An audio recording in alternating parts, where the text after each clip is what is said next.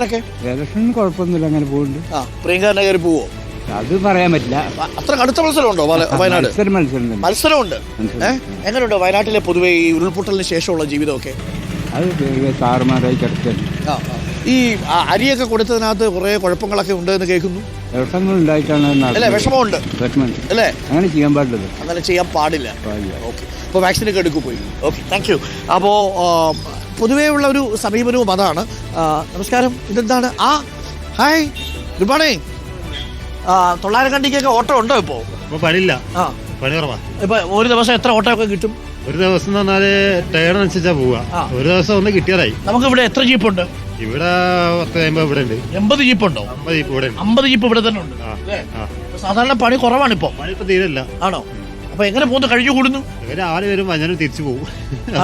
Auto ഇല്ലാതെ? Auto അല്ലാതെ. പണ്ട് ഈ ഉരുൾപൊട്ടലിന് മുമ്പ് ഓട്ടോ ഉണ്ടായിരുന്നു. പണിയുണ്ട്. കുഴപ്പമില്ല, പണിയുണ്ട് അല്ലേ? എങ്ങനെ ഇവിടുത്തെ ഈ ദുരന്തബാധിതർക്കുള്ള അരി വിതരണം ചെയ്തതിനകത്തൊക്കെ ക്രമക്കേടുണ്ടെന്ന് കേട്ടു. അതുണ്ട്, നമ്മളവിടെ സാധനം ഇറക്കിയതൊക്കെ. അത് ഇപ്പൊ ഇതിന്റെ സ്റ്റോക്കാണ്. അത് പഴയ സ്റ്റോക്കാണോ ഇവിടെ ഇരുന്നത്? പഴയത് പുറത്തുനിന്ന് വരുന്ന സാധനമാണ് ഞങ്ങൾ ഇവിടെ ഇറക്കല്. പക്ഷെ അതിപ്പോ നാശമായി പറഞ്ഞു. നാശമായി പോയി. അത് ആ സമയത്ത് തന്നെ കൊടുത്തിരുന്നെങ്കിൽ പ്രശ്നമില്ലായിരുന്നു അല്ലേ? പ്രശ്നമില്ലായിരുന്നു. വരുന്ന സമയത്ത് തന്നെ സാധനം കൊടുക്കണം. എല്ലാവർക്കും കൊടുക്കണം, അർഹതപ്പെട്ട എല്ലാം കൊടുക്കണം. അതാണ് ഇവിടുത്തെ പ്രധാനപ്പെട്ട കാര്യം. നമസ്കാരം ചേട്ടാ. നമസ്കാരം. ഗായകനാണ് വയനാടിന്റെ. എന്നാ പിന്നെ ഒരു പാട്ടാവാം. എന്താ പേര് നമ്മുടെ? എടുത്തോ. എടുത്തു. ശ്യാമസുന്ദര പുഷ്പമേ എൻ്റെ പ്രേമ സംഗീത മാണുനീ ധ്യാനലീനമെരിപ്പൂ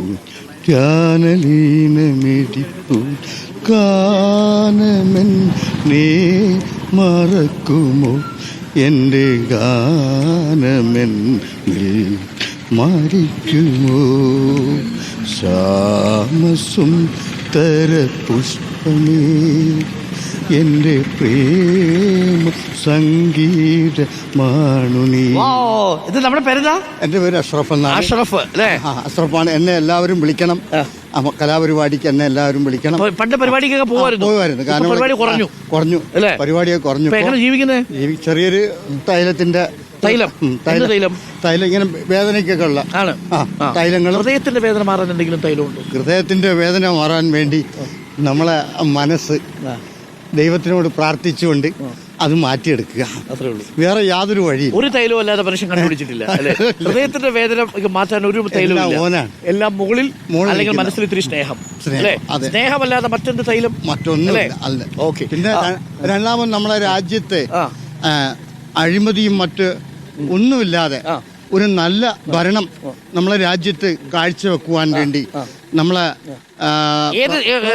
പ്രവർത്തകർ ശ്രമിക്കുകയും അതുപോലെ തന്നെ ഒന്ന് വിദ്യാഭ്യാസം, 2 ആശുപത്രി, മൂന്നാമത്തത് റോഡുകൾ, പ്രാധാന്യം കൊടുക്കണം. അതിനെല്ലാം പ്രാധാന്യം കൊടുത്തുകൊണ്ട് നാടിന്റെ വികസനം ഉറപ്പാക്കണം. നന്നായി പ്രവർത്തിക്കാൻ ദൈവം അനുഗ്രഹിക്കട്ടെ. താങ്ക് യു ഷഫേടാ. അപ്പൊ ശരി, ഉഷാറാവട്ടെ. കൂടുതൽ പാട്ടുകൾ പാടാൻ കഴിയട്ടെ. ആയിക്കോട്ടെ. Okay, thank you. ഇന്നത്തെ ചാനലുണ്ടാവും. ഉണ്ട്, പോയി നാട്ടുകാർ കണ്ടു. അപ്പോൾ പ്രിയപ്പെട്ടവരെ, നമ്മൾ 900 കണ്ടിയിലേക്ക് ഒന്ന് പോവുകയാണ്.